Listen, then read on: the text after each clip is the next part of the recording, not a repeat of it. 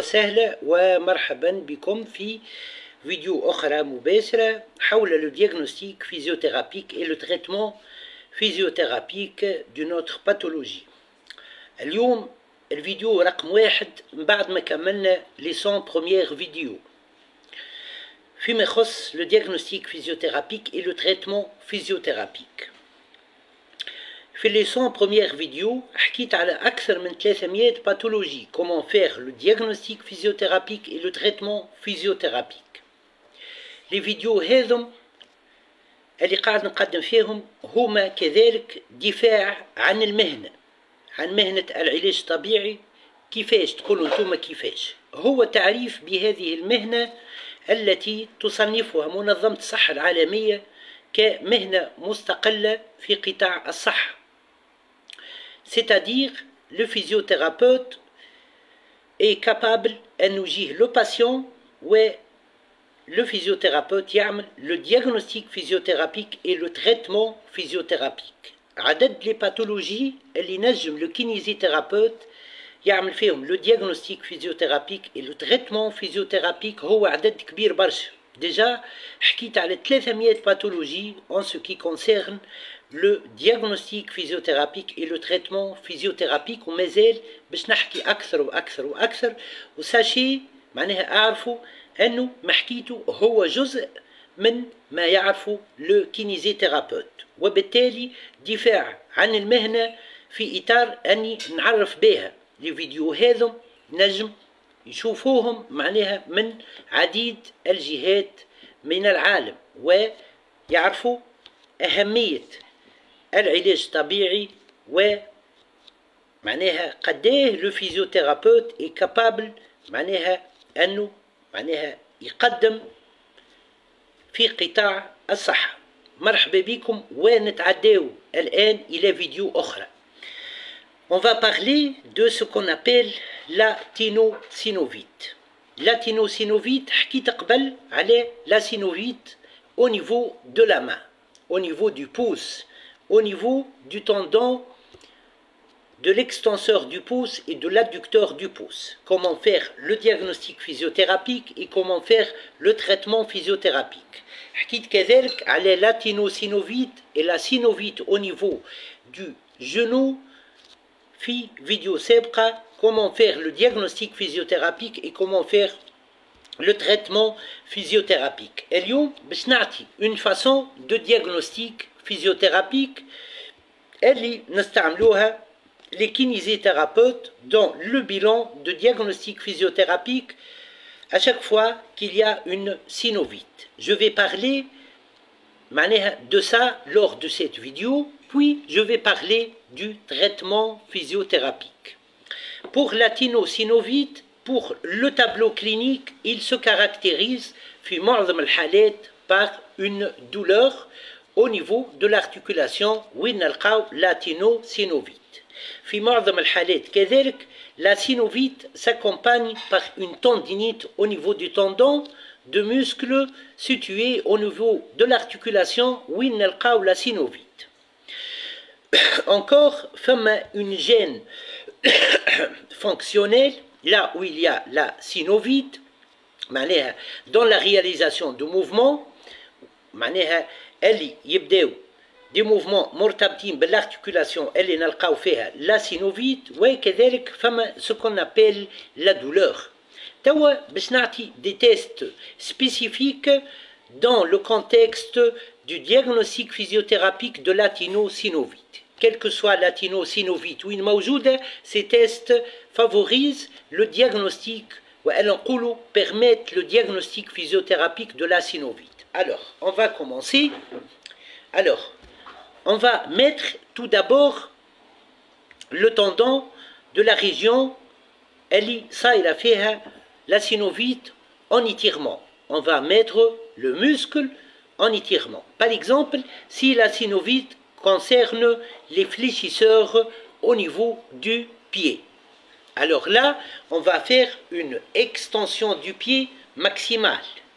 Le test est positif s'il y a une reproduction des signes de douleur au niveau du tendon du fléchisseur du pied. Ensuite, on va réaliser ce qu'on appelle une flexion statique résistée. راهو لهنا قاعد نحكي على exemple les fléchisseurs du pied ونجمو نلقاو معناها le même principe pour les autres synovites. Par exemple au niveau du genou نجم نحط le muscle quadriceps en extension معناها le genou en extension résistée statique pour évaluer معناها l'état du tendon et du muscle. Évaluer s'il y a une tendinite au niveau du tendon concerné qui est mis en tension par le statique résisté. Alors, نرجع l'exemple توا ونقول le fléchisseur du pied contre une résistance, ce qui favorise ce qu'on appelle une flexion statique résistée au niveau du fléchisseur du pied. S'il y a une reproduction du signe, le test est positif. On va aller encore à autre chose, à un autre test. Et là, on va chercher lors du mouvement du muscle concerné s'il y a un craquement au niveau du tendon. Par exemple, si je cherche une tinosynovite au niveau du fléchisseur du pied, je demande au patient de faire une flexion maximale au niveau du pied. Et puis, qu'est-ce que je vais faire? Je vais chercher s'il y a un craquement, un bruit au niveau du tendon des fléchisseurs du pied. Vous voyez, ces trois tests sont en faveur d'une tinosynovite quand ils sont positifs.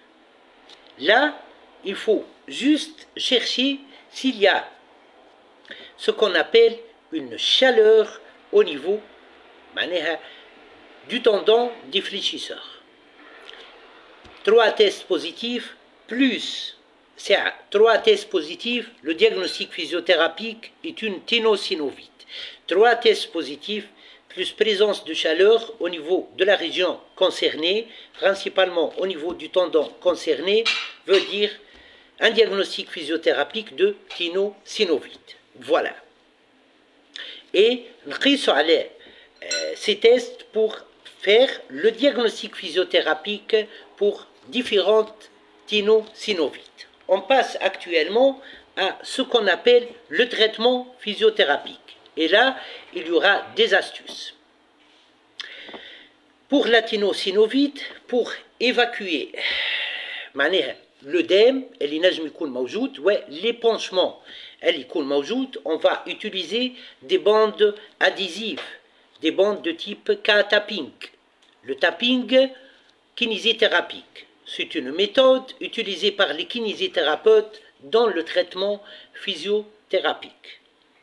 La réalisation de ces bandes, l'emplacement de ces bandes dépend d'une région à l'autre. Dans une vidéo, différentes façons de mettre les bandes adhésives, de placer les bandes adhésives du K-tapping. Elles sont très spécifiques. Elles doivent être mises d'une façon très spécifique pour donner le résultat dans le traitement physiothérapique. Un exemple de 200 façons de mettre les bandes adhésives pour différentes pathologies. Quelle pathologie? On va placer les bandes adhésives. Quel est l'intérêt de ces bandes adhésives? C'est tout d'abord l'évacuation de l'œdème, l'évacuation du liquide synovial اللي يبدأ زايد. Voilà. Ensuite, on va utiliser les mathématiques. Les mathématiques, de quelle façon on va les utiliser? On a une inflammation au niveau du liquide synovial. إذا كان عندنا une inflammation au niveau du liquide synovial, pour diminuer la concentration de cette inflammation, on va stimuler la sécrétion du liquide synovial. Les kinésithérapeutes vont faire ce qu'on appelle une mobilisation spécifique au niveau de l'articulation où il y a la synovite. Pourquoi? Parce que la mobilisation spécifique stimule la sécrétion du liquide synovial. Et là, la concentration de l'inflammation va diminuer, voire elle va être, l'inflammation va disparaître. Par exemple, au niveau du pied, on va chercher ce qu'on appelle la mobilisation spécifique talocrurale. Talocrurale. Les kinésithérapeutes y arrivent. Au niveau du genou, on va utiliser la mobilisation spécifique talofibulaire. سامحوني tibio-fibulaire. كذلك la mobilisation spécifique entre ce qu'on appelle le fémur et le tibia. كذلك entre معناها كيف ما قلت le tibia et معناها la patella. Au niveau de l'articulation de la hanche, on va chercher la mobilisation spécifique coxo-fémorale. Ça va stimuler la sécrétion du liquide synovial et ça va traiter l'inflammation. نسيت باش نقول كذلك انه pour les bandes adhésives du cataping, les bandes adhésives kinésithérapiques, le cataping kinésithérapique favorise la stabilité de l'articulation, diminue la douleur et traite aussi l'inflammation. On va passer à autre chose. Il faut chercher ce qu'on appelle la réadaptation tendineuse et musculaire. Kif ma colle tendinite, il faut aller petit à petit pour réadapter le tendon et réadapter le muscle. Le travail sera statique, ensuite il sera petit à petit dynamique dans des courses, puis dans toute la course, c'est-à-dire dans toute l'amplitude que peut réaliser l'articulation. ما ننساش كذلك le travail excentrique. تذكروا اش قلت قبل؟ قلت أنه le travail excentrique دور كبير dans ce qu'on appelle le remodélage tissulaire. Le remodélage tissulaire, c'est la cicatrisation. La cicatrisation tissulaire veut dire la cicatrisation musculaire, la cicatrisation tendineuse, la cicatrisation ligamentaire, la cicatrisation osseuse aussi. Lors de fractures de fatigue, on peut utiliser ce qu'on appelle la mobilisation spécifique. La mobilisation spécifique ou le travail excentrique. Le travail excentrique pour favoriser ce qu'on appelle la cicatrisation osseuse. Le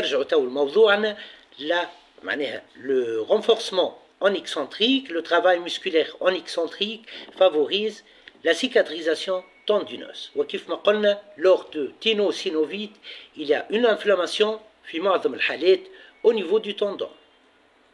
Une fois qu'on a fait ça, il faut chercher un bon travail de contrôle moteur au niveau de l'articulation concernée. La ténosynovite, elle peut influencer la commande volontaire. Un travail proprioceptif est important dans ce cas pour chercher un bon contrôle moteur. Voilà, un travail par exemple de fente avant, des exercices de type fente avant, fente latérale, fente arrière, au niveau de l'articulation du genou, par exemple, une synovite au niveau du genou est si importante. Maintenant, c'est qu'il faut renforcer de part et d'autre la musculature au niveau des articulations jacentes, su et sous-jacentes, pour diminuer les contraintes à l'articulation concernée par la synovite. Kif ma قلت, la réadaptation musculaire et tendineuse avec aussi un travail excentrique au niveau du muscle où le tendon présente une synovite est si important pour la cicatrisation. Voilà en ce qui concerne comment faire le diagnostic physiothérapique et le traitement physiothérapique quelle que soit la ténosynovite. نذكر كذلك مرة أخرى أنه ما حبيتش الفيديو تطويل برشا pour que المتابعين ينجموا يتبعوا facilement. On commence إذن une autre série de 100 vidéos باش نحكيو فيهم على le diagnostic physiothérapique et le traitement physiothérapique de plusieurs pathologies. مرحبا بكم ان شاء الله الفيديو كانت مفيده شويه اخر تلقاو الفيديو sur ma chaîne YouTube puis elle sera repartagée sur ma page Facebook. مرحبا بكم وإلى اللقاء. مرحبا.